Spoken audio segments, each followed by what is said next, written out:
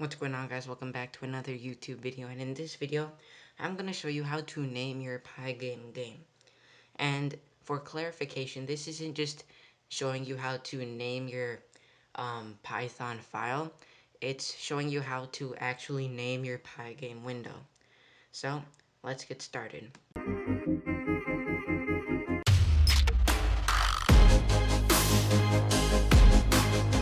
Okay, so what we basically just need to do for this is import Pygame, so just our basics. And after this, let's do screen equals pygame.display display.set underscore mode, and we just pass in a tuple over here with our width and our height. So I'll just say 500 and 500.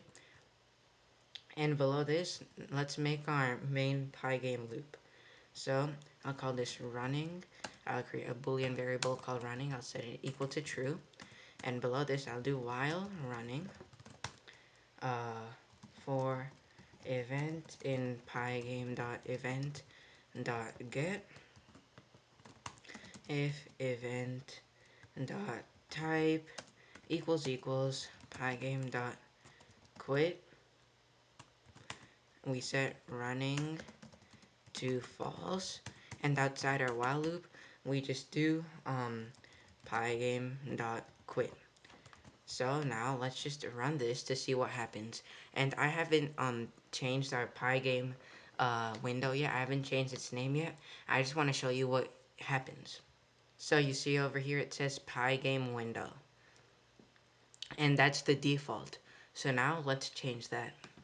And in order to change it, below screen, all we have to do is pygame.display.set underscore caption, and in here we pass in a string.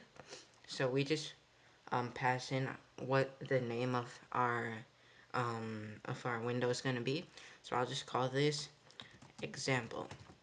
And now if we run this, it's now going to show example.